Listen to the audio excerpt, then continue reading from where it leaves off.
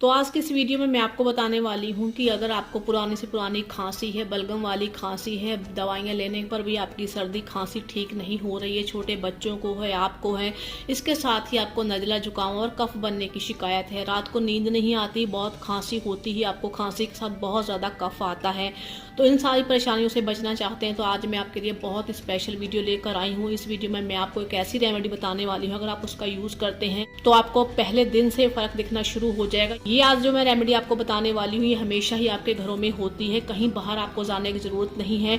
इसके लिए आपको सबसे पहले ज़रूरत पड़ेगी यहाँ पे हनी की, यानी शहद की। आप किसी भी ब्रांड का ले सकते हैं, प्योर होना चाहिए। और इसके साथ आपको लेना है यहाँ पे आधा छोटा चम्मच हल्दी। इन दोनों चीज़ों को आपको अच्छे से मिक्स कर लेना है इस तरीके से।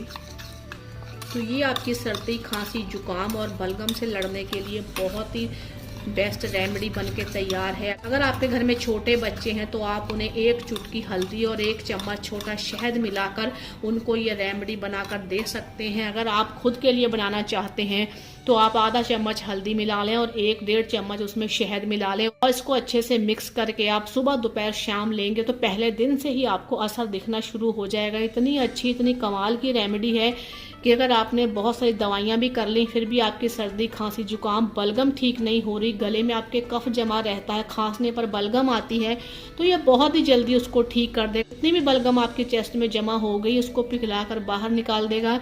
तो इस तरीके से आप इसे फ्रेश बनाइए और खा लीजिए। एक बात आपको यहाँ पे याद रखनी है कि इसको खाने के बाद आपको ठंडा पानी का बिल्कुल भी यूज़ नहीं करना है। आधे 1 घंटे के बाद आप गुनगुना पानी ले सकते हैं। अगर कोई प्रेग्नेंट लेडी इसको लेना चाहती है तो वो 7 दिन इसका केवल यूज़ करे, इससे ज़्यादा यूज़ ना करे। उसके बाद उसको क्या करना है कि थोड़ी सी काली मिर्च को तवे पर भून लेना है और उसको पीस कर आपको रख लेना है। 1 चम्मच शहद में 2 या 3 चुटकी काली मिर्च का पाउडर मिलाकर प्रेग्नेंट लेडी ले सकती हैं, या जो भी लेना चाहता है वो ले सकता है। और केवल वो नुस्खा भी आपको 7 दिन तक ही करना है। तो इसको लेने के बाद आपको दोनों नुस्खे अगर आप करते हैं तो केवल आपको गुनगुना पानी ही लेना है कुछ दिनों तक, और आप इसको खाएंगे तो यकीन मानिए आपकी पुरानी से पुरानी खांसी, बलगम वाली खांसी, सूखी खांसी भी अगर आपको होती है, गले में कफ जमा हो गया है, तो सारी परेशानियां आपकी ख़त्म हो जाएंगी। बहुत ही अच्छी रेमेडी है। आप तो जानते ही हैं कि हल्दी एंटीबैक्टीरियल होती है, रोगों से लड़ने में हेल्प करती है, गले में होने वाली खराश में फ़ायदा करेगी, सर्दी, खांसी, जुकाम में तो फ़ायदा करेगी ही। बच्चे अगर छोटे हैं तो उनको भी आप ये दे सकते हैं, बड़े भी ले सकते हैं। तो कैसी लगी आपको आज की ये वीडियो अच्छी लगी तो प्लीज़ वीडियो को लाइक कीजिए, शेयर कीजिए, चैनल को